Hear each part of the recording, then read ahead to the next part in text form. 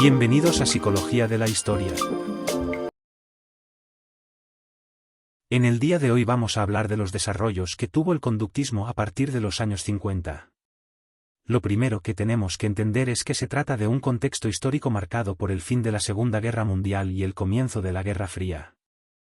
Del mismo modo que el estallido y transcurso de la Primera Guerra Mundial influyeron de forma determinante en el desarrollo de diferentes perspectivas psicológicas como la Gestalt o el psicoanálisis, y desde luego fue decisiva para la psicología aplicada estadounidense.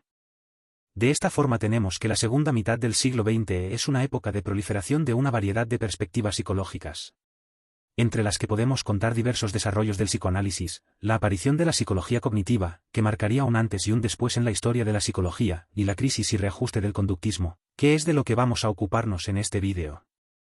A nivel de contexto, es importante entender que la psicología, a pesar de estar plenamente institucionalizada en Estados Unidos, no operaba bajo un consenso único.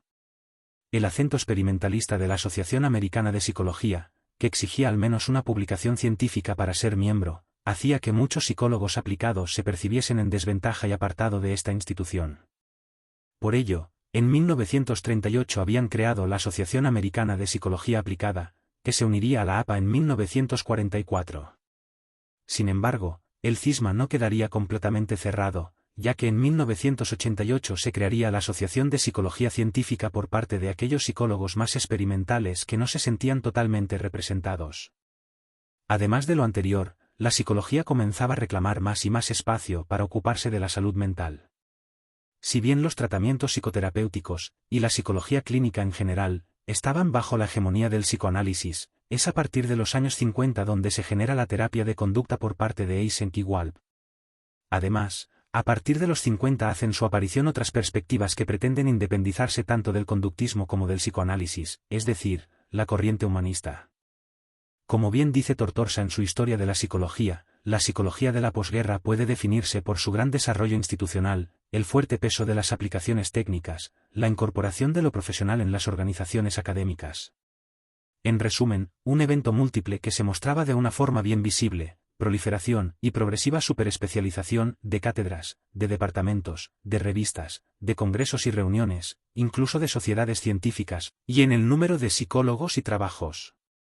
Además, en los espacios intelectuales y científicos se están dando fuertes críticas al positivismo, la noción filosófica de que el único conocimiento científico válido es el que ha surgido de una verificación o falsación experimental, y también del reduccionismo metodológico asociado a esto, es decir, limitarse a tomar como objeto de estudio solo aquellos que pudiesen ser medidos y ajustados a los parámetros experimentales para así deducir una relación probable de causa-efecto. En psicología, estas críticas apuntaban directamente al conductismo, que fue criticado tanto teórica como metodológicamente. Si recordáis, el conductismo reducía el objeto de la psicología al estudio de la conducta observable, y a nivel metodológico, solo se centraba en estudiar las correlaciones entre el estímulo y el entorno, sosteniendo que no se podía hablar de los procesos internos de los individuos desde un punto de vista científico, ya que no son observables y no pueden medirse ni estudiarse experimentalmente. O, al menos, eso decía la mayoría del conductismo de la época. Recordad que estamos hablando de los años 50. Gran parte de estas críticas también estaban de acuerdo en el enorme interés que para la psicología tendría el estudio del sujeto como un todo global, y especialmente, el estudio de sus procesos internos. La crisis del conductismo estaba servida.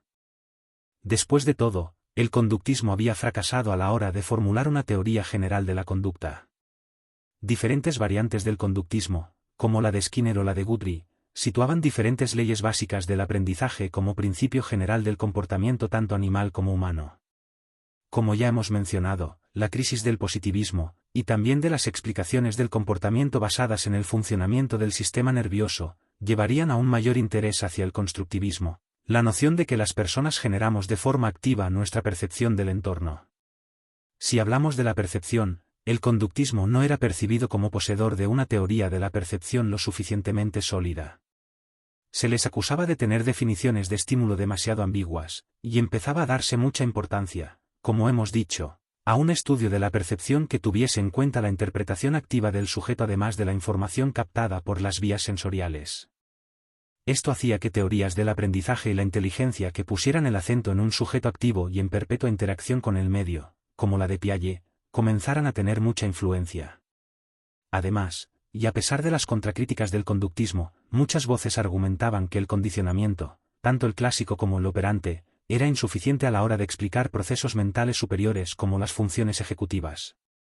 La crítica se extendía también a la pretensión del conductismo de dibujar una continuidad entre la conducta humana y la conducta animal y, por tanto, extrapolar los resultados de los experimentos con animales a la conducta humana.